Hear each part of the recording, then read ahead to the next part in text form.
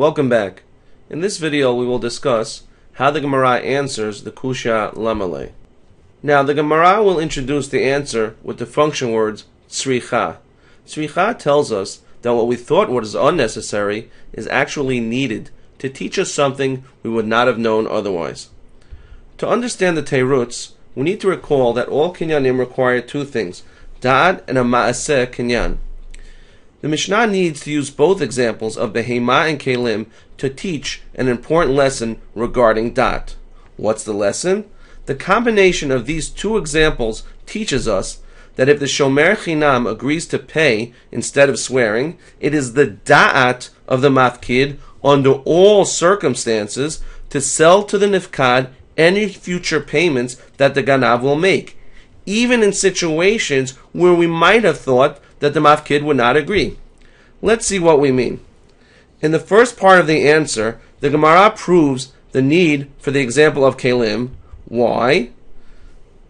De'i tana behema, because if the Mishnah only mentioned behema, hava amina, I would have thought behemahu demakne lekfela, that the mafkid is only willing to transfer the ownership in the case of a behema, mishum dinafish tircha li'iyula ulafuka, because watching an animal is a lot of work, so the mafkid will feel that the nifkad has earned it.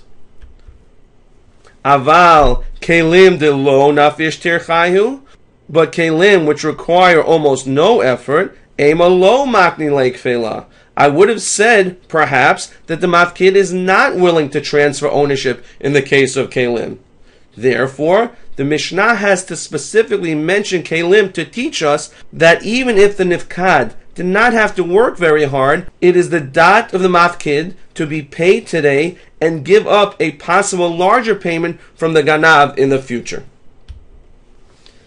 In the second part of the answer, the Gemara proves the need for the example of behema. How?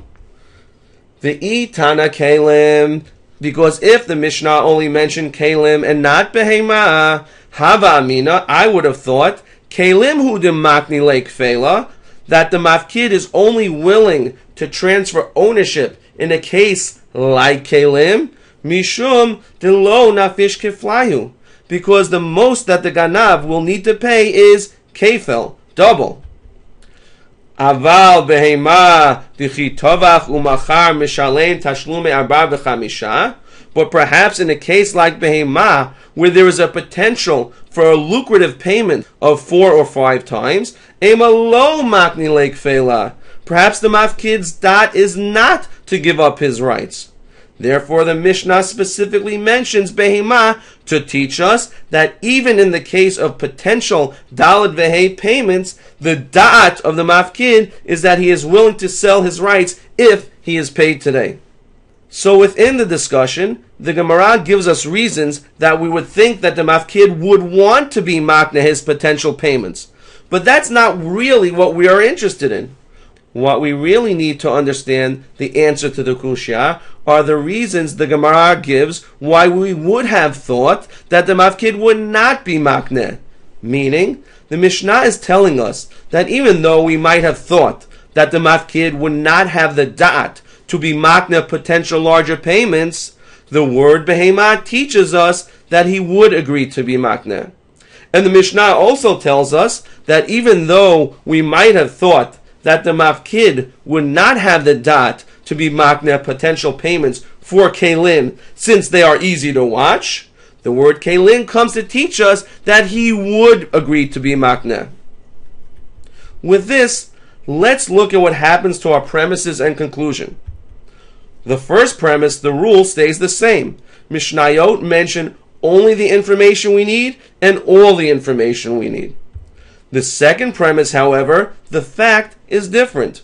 We now know both examples of behema and kelim are necessary because they teach us something we would not have known otherwise, that the mafkid is willing to be makneh under all circumstances. So our new conclusion is the Mishnah needs to mention both behema and kelim. So let's review. Every kinyan requires da'at and a ma'aseh kinyan. The Gemara asks, Lamale, why do we need two examples to show a rule that a shomer chinam can purchase the rights of a mafkid by paying instead of swearing? This is based on the rule that a Mishnah only provides necessary information. The Gemara explains, Sricha, we need both examples to establish the da'at of the mafkid.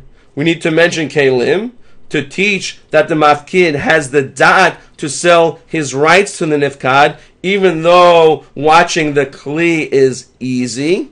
We need the second example of behemah to teach us that even though there's a potential payment of daled vehei, the mafkid is still willing to sell these potential payments in exchange for a payment today.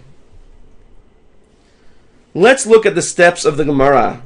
It's really just 3 steps.